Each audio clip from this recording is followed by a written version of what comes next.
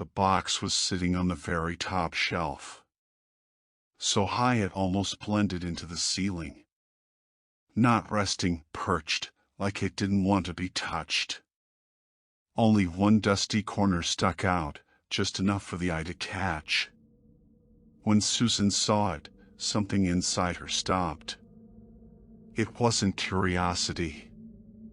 It was deeper. Almost like the box wanted her to notice it. She visited this thrift bookstore a lot. A small shop on the edge of town, full of used books, old cards, and games people had forgotten about. The whole place smelled like time, and attics, and memories that should have stayed buried. The old man behind the counter squinted. "What's that?" Susan asked. He froze for a fraction of a second. Just a flicker, but she noticed. Don't remember having any puzzles," he muttered. But his hands moved anyway. He reached up, pulled the box down, and handed it to her. The tape on it felt strangely warm and slightly sticky, like someone had held it for too long, too tightly. A cold, basement-like smell drifted out from under the lid.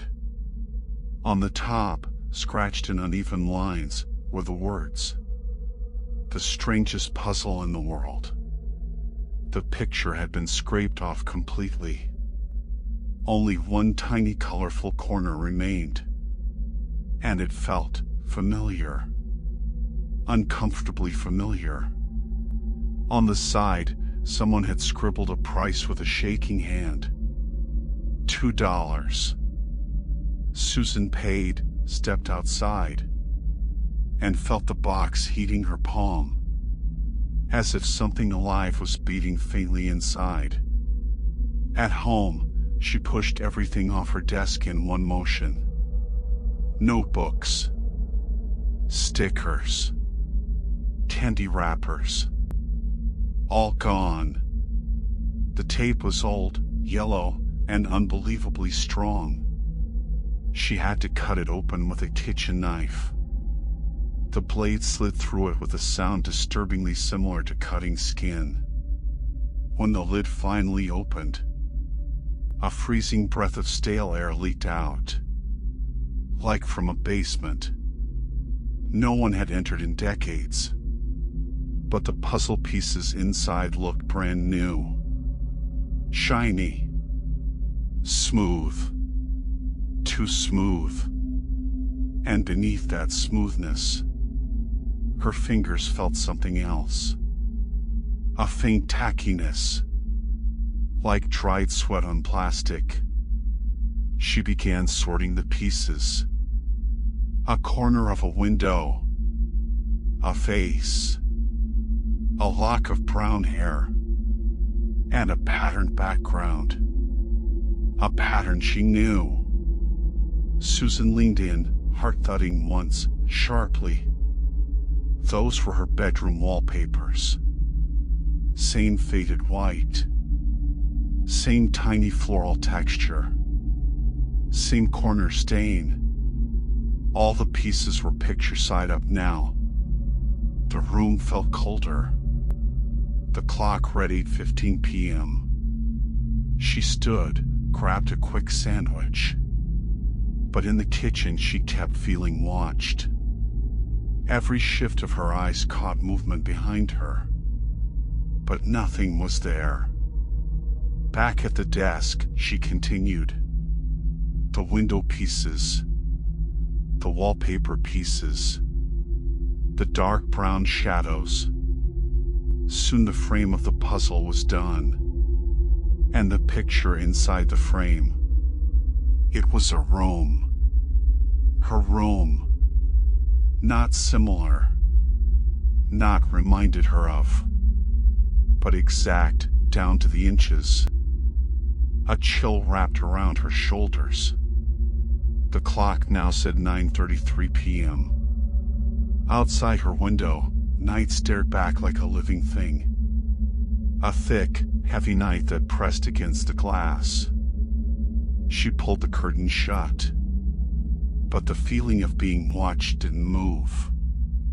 It stayed inside the room with her. She tried to stop. She really did. But her hands kept reaching for the pieces, almost on their own. It felt like her thoughts weren't fully her own anymore. Now she reached the lower right section. Her breathing grew shallow, her chest tight, when only the center was left. Her hands were trembling. Then she noticed something that made her step back. In the puzzle, she saw herself. Her socks, her shirt, her messy hair, her posture, even the small fresh scrape on her knee from the neighbor's cat. It wasn't a picture of a room. It was a picture of this exact moment. Susan's pulse hammered painfully. She backed away. The chair groaned under the pressure. But the thought came, sharp and cold.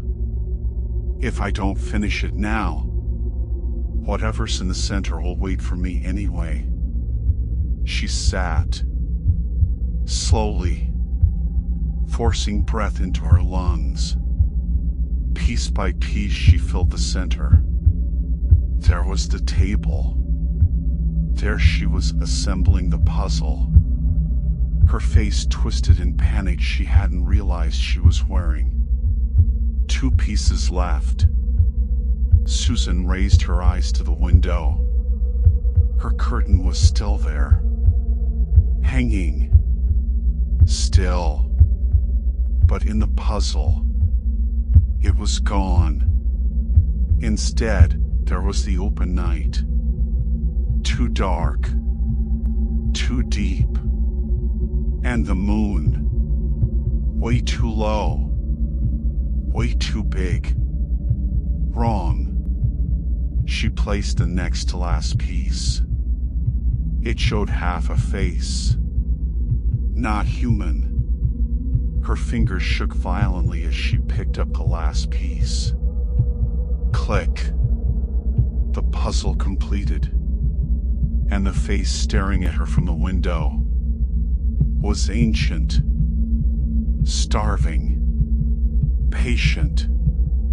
A smile stretched across it, slow and impossible, as if it had been waiting for her all this time. Susan exhaled a dry, broken sound, and lifted her eyes to her real window. The curtain was gone. Night was there instead, pressed right up to the glass.